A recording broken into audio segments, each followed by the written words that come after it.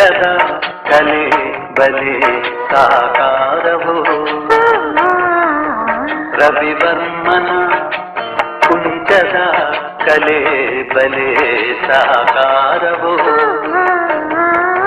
ಕವಿ ಕಲ್ಪನೆ ಕಾಣುವ ಚೆಲುವಿನ ಜಾಲವು ರವಿವರ್ಮನ ಕುಂಚದ ಕಲೆ ಬಲೆ ಸಾಕಾರವು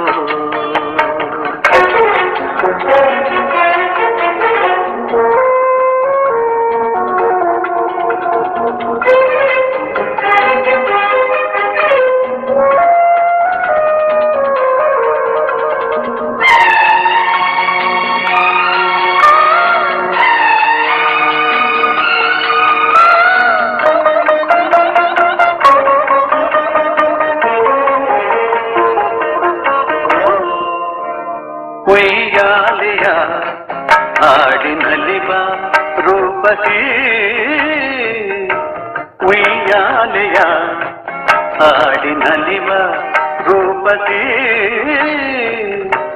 ಸುರಲೋಕದಿಂದ ಇಳಿದು ಬಂದ ನಿಜ ಊರ್ವಶಿ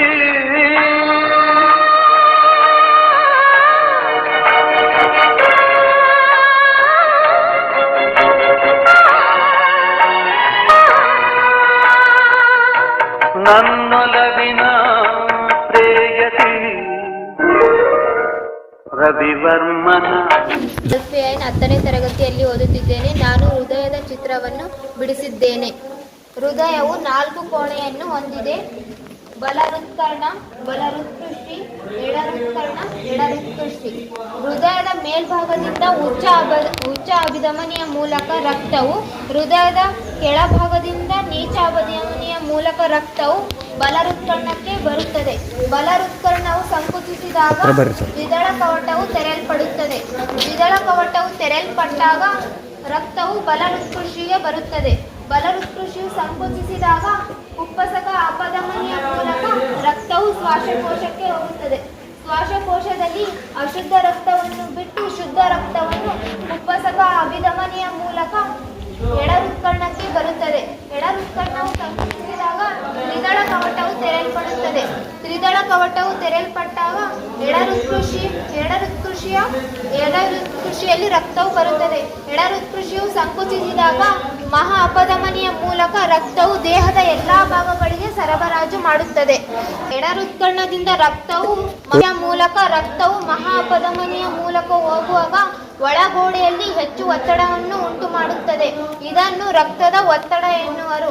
ಸಾಮಾನ್ಯ ಮನುಷ್ಯರಲ್ಲಿ ರಕ್ತದ ಒತ್ತಡವು ಹೆಣ್ಮಕ್ಕಳಲ್ಲಿ 2 ಅಂಡಾಶಯಗಳು, ಆ ಕಡೆ ಒಂದು ಈ ಕಡೆ. ಈ ಅಂಡಾಶಯಗಳು ಪ್ರತಿ ತಿಂಗಳು ಕುಂಚದ ಕಲೆ ಬಲೆ ಸಾಕಾರವು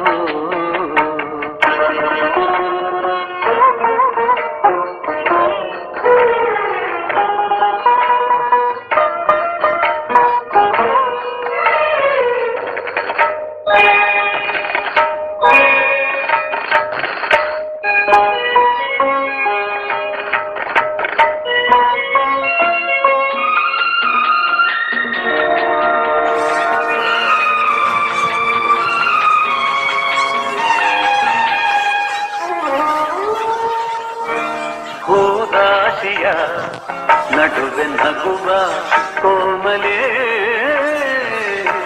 ಹೋದಾಶಿಯ ನಡುವೆ ನಗುವ ಕೋಮಲೆ